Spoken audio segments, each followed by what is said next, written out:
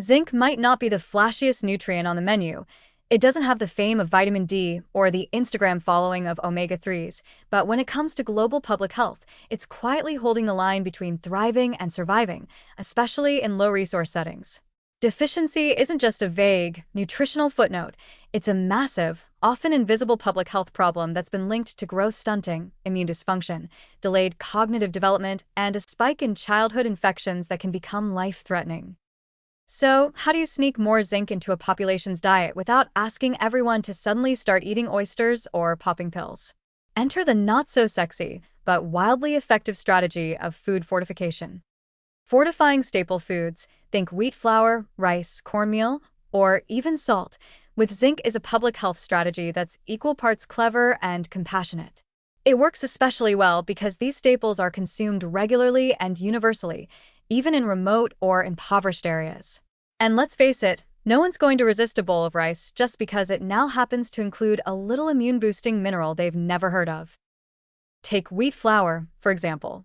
Countries like India, Pakistan, and parts of sub-Saharan Africa have explored adding zinc, alongside iron and folic acid, to wheat flour to address micronutrient deficiencies on a massive scale.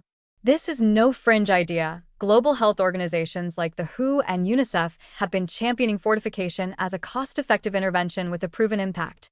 In fact, studies estimate that zinc fortification of staple foods could reduce childhood stunting by up to 14% in high-deficiency areas. That's not a rounding error. That's millions of kids reaching their full height and cognitive potential. The logic is simple. Zinc supports appetite, immunity, and intestinal health, which means fewer infections, better nutrient absorption, and more energy for growth and learning.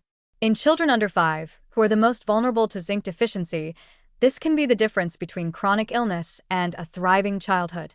And for pregnant women, fortification ensures they're not draining their own stores dry while growing a human being from scratch. One of the major challenges, though, is bioavailability, how well the zinc added to food is actually absorbed. This depends not just on the type of zinc compound used, zinc sulfate, oxide, gluconate, etc., but also on the matrix of the food itself. Foods high in phytates, like unrefined grains and legumes, can bind zinc and reduce absorption. So researchers have been testing ways to enhance fortification techniques, like using zinc forms with better solubility or combining with enzymes or fermentation techniques to reduce phytate levels in the food. Then there's the logistical brilliance of multi-nutrient fortification. Zinc is often added alongside iron, iodine, and folate in what's essentially a nutrient dream team, targeting not just one deficiency, but a whole spectrum of interconnected problems. It's like getting the Avengers of micronutrients into a single roti or tortilla. Cost-wise, zinc fortification is a steal. According to the Copenhagen Consensus, every dollar spent on micronutrient fortification yields around $27 in health and economic benefits. It's one of the most bang-for-your-buck public health moves, especially when you consider the downstream savings on healthcare, productivity, and education outcomes. Of course, there are speed bumps. Some governments hesitate due to lack of regulation, food industry resistance, or the fear of changing traditional foods.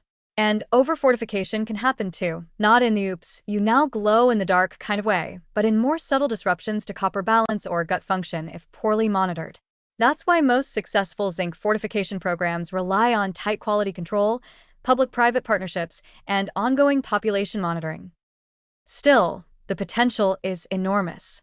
If you zoom out and imagine entire populations of children growing taller, getting fewer infections, and learning faster, simply because their staple foods were tweaked to include a sprinkle of an essential mineral, you start to realize how transformative this quiet strategy can be.